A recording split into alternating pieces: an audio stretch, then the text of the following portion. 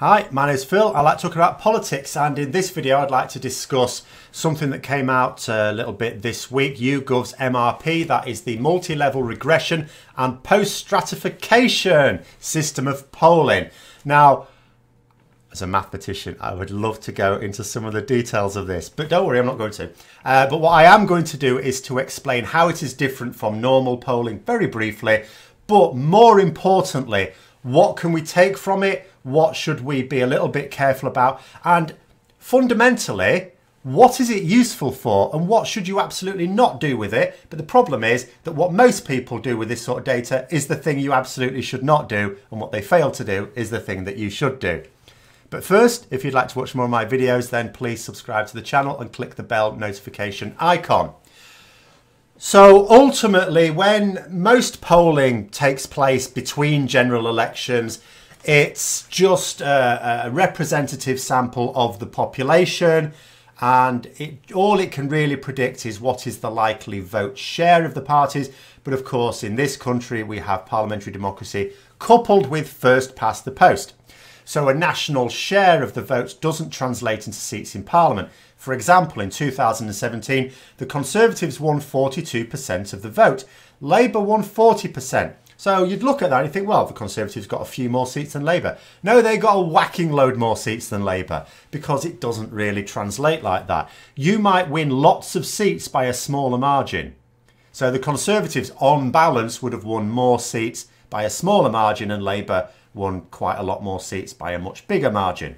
So that doesn't help. The other problem with it, of course, is that if you take a representative sample of the population, that's not actually representative of who votes. But that's okay, because you can keep tweaking your model to try and take account of what proportion of which demographics vote, and you can include that in your sample. That is the stratification element of it. But that will still not, as I say, return you those accurate predictions of how a party is going to do in the general election, where vote share nationally is less important than how many actual seats you're going to get. Because you could have, the Conservatives could easily get way less than 50% of the vote, which is actually predicted, and a very significant majority. As you can see from the data behind me, the current polling is using this MRP, which I'll explain, is predicting that the Conservatives would get 359 seats. That's a very comfortable majority.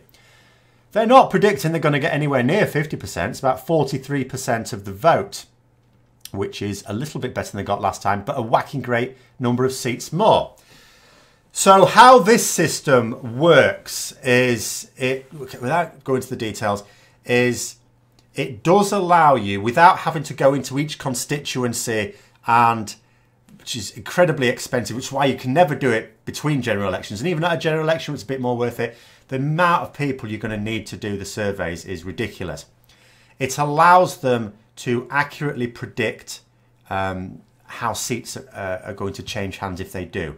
And just at a point as well, it's not, YouGov hasn't, just come up with this thing, it's their new thing. The particular model they're using is theirs. This has been used before, and it was used by YouGov. Some people always say, oh, you shouldn't use that, it's a Tory one. Well, it is owned by a Conservative, this is true. But there are only two polling companies that ever seem to produce anything like accurate results, and there's Ipsos-Mori and then there's YouGov. And the reason I say that is because they accurately predicted the results of the EU elections earlier this year, but also in 2017, they also accurately predicted the results of individual seats, and they also accurately predicted the results of shock results. So when you are getting they weren't just accurately predicting how many seats each party would get. And I say accurate, I don't mean to the one seat. There's always a margin for error. But they were also saying which seats. Now that was pretty good. And, it's not absolutely perfect. And some people are like, oh, if it's not going to get it absolutely perfect. It's not clairvoyance. There is a margin for error. There is a level of uncertainty. But if you're going to use any polling, this is the only one with the track record to actually be able to say. That's all I would say on this. Now, what should you not do this for? So, as I say, at the moment, these are the prediction results. If you are, let's be honest, most of the viewers on this channel, you're not going to be impressed with those results. I would not be impressed with those results. Does that mean that we think, oh, damn it, the Conservatives are going to win? No, it doesn't. That's not what it's saying. What it's saying is at the moment, that's what it would look like. If people went out to vote tomorrow, that's what it would look like. They're not going out to vote tomorrow. But I'm not just saying, oh, you know, there's a bit of momentum here. But there is. This is a snapshot. The same polling data actually indicates that the Conservatives are losing ground. Labour were gaining momentum. Now, of course, Labour may well lose that momentum, no pun intended, because of their brainless decision to go after Leave voters in the last 2 weeks, but whatever. The point is, if you look at the trend, actually it doesn't look as good for the Conservatives. But here's the other thing. What it indicates, like I said, the share of the vote is well below 50%. And it's only marginally above what they got in 2017. How does it translate to so many seats? The polling data is very interesting. What it indicates is the Conservatives stand, according to this data, to gain a massive number of seats by a small margin. A small margin. What that means is, if a load of people that at the moment are not being factored into this poll, and I'll go through a couple of the reasons for that, if a few people just go along and vote for whichever candidate is going to best challenge that Conservative candidate, then actually it could swing completely the other way. And not just would Boris Johnson not get as large a majority as this is indicating, he wouldn't get a majority at all. He could fall significantly short of it. He's not likely to fall well short. I'm not going to say anything stupid like the Labour and Conservative values could be reversed. That's not on. There aren't enough target constituencies, like marginal constituencies, for Labour to potentially nick. But the Conservatives could still fall well short of that overall majority. Now, what did people usually look at this data and think, and what you absolutely shouldn't do? It shouldn't be taken as a boost or a knock to your confidence. What you absolutely shouldn't do with this sort of thing is, if you're a Conservative supporter or a Brexit supporter and you're going to vote Conservative on that basis, you shouldn't be there thinking, brilliant, we're going to win. And I'll tell you why. I shouldn't really be doing this, but I've got to do it in the interest of fairness. And Dominic Cummings knows this. This is why he is cautioning people against looking at the polling data. He's saying ignore it, take it with a pinch of salt like everyone else is who doesn't like it. The reason for that is, imagine the scenario. You're a Brexit supporter and you're going to go and vote for Boris Johnson to get your Brexit.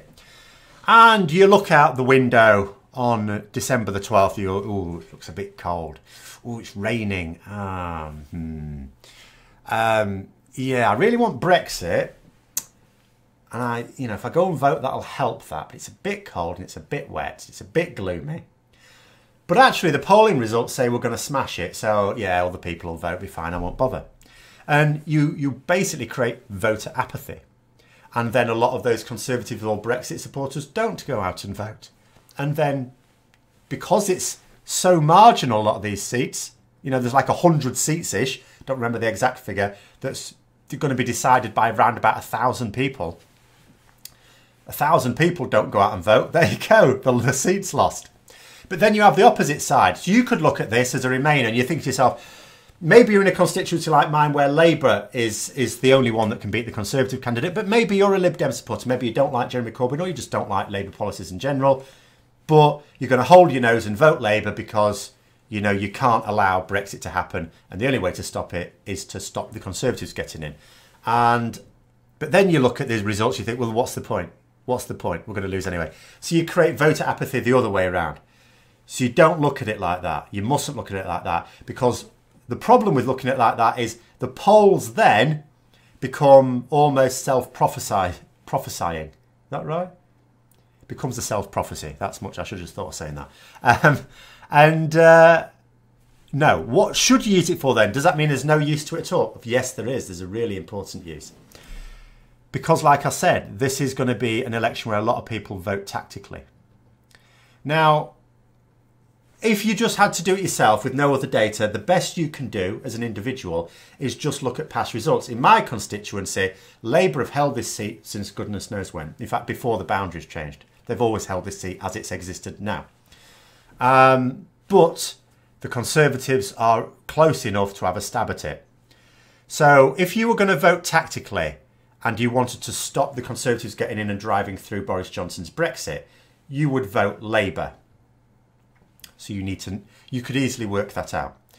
But then there are constituencies around the country where either there were two, maybe Labour and the Liberal Democrats were both of them not too far away from each other in second place.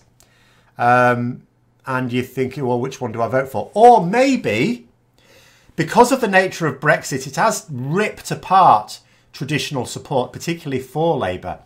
Maybe in a constituency where Labour were the main challengers at the last election. But maybe now they're not realistically going to be. Maybe there's a load of people who decided to switch to the Liberal Democrats. So the purpose for this sort of polling is to allow tactical voting websites to be able to tell you which candidate you should support. And it may not be immediately obvious. That is the use for MRP. And as I say, because it's proven that it can predict even shock results, the margin for error on it is actually very small, and you can apply it to individual constituencies.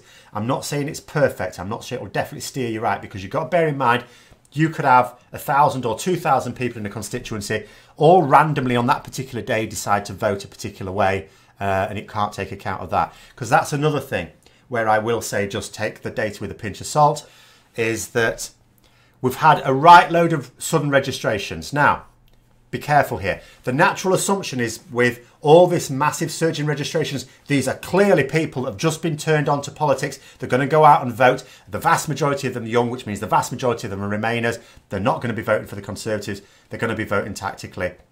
Brilliant. Excellent. That's going to swing it. It may do, and I hope it does. It has a realistic chance to. However, we have to bear this in mind.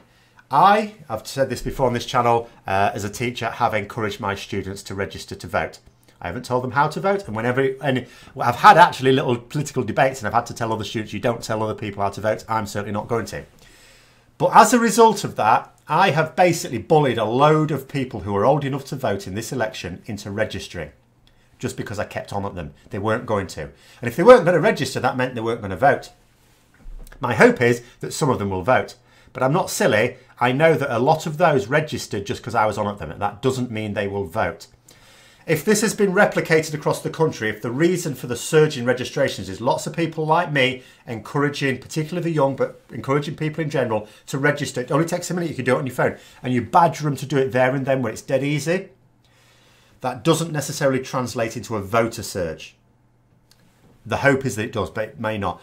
Something like that, how do you take account of that in this data? It's very difficult because the pollsters themselves can't possibly know whether it represents a surge in that demographic that doesn't normally vote in large numbers, or does it represent just a load of people that were bullied into registering but won't actually go out and vote? So there is an element of uncertainty here, and I think although this system proved itself in the last election, it proved itself in the European elections, the nature of that surge may be a bit of a dark horse in this election, and it may swing things. So it is still important that you go out. But what this system can be used for, and what it can only be usefully used for, unless you fancy a bit of a bet going down to the bookies, is the tactical voting sites, because it will still probably feed into that reasonably accurately. So that's what you use it for. What you don't use it for is to give yourself a confidence boost or a confidence knock. Don't allow it to let you think you don't have to go out and vote based on what it's telling you, because literally that big majority could turn into a minority just with, in fact, I think the figure quoted was 117,000 people. That's across the country, just in those key constituencies. You're talking about 1,000 people in each constituency just either changing their vote or going out to vote where they're not really planning on voting, or the polling doesn't recognise them as people likely to go out and vote. So hopefully that explains a few things. I hope you found the video interesting. If you did, don't forget to click the like button. And if you'd like to support the channel further, then also please click the Patreon link for details. And until next time, I'll see you later.